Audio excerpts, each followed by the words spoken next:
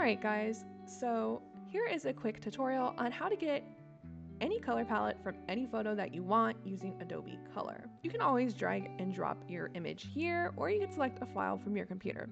For now, I'm just going to select a file from my computer, go ahead and open that up, and now I have some color swatches ready for me.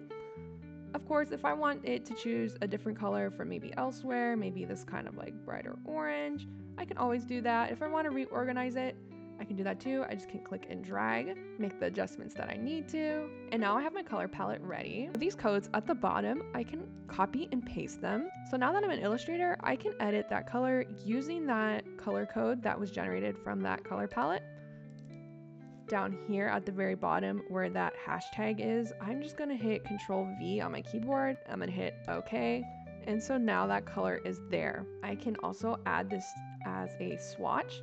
So when I hit new swatch, I can hit OK. And now I have my swatch ready there. I'm gonna continue doing that for the rest of my colors. So now I have my swatches ready to go. So I can use them for anything that I want to in Illustrator. For example, if I want to add some text and I want it to match one of these colors, I already have those swatches saved now. So when I go to fill, I have them ready and I can go ahead and change the color.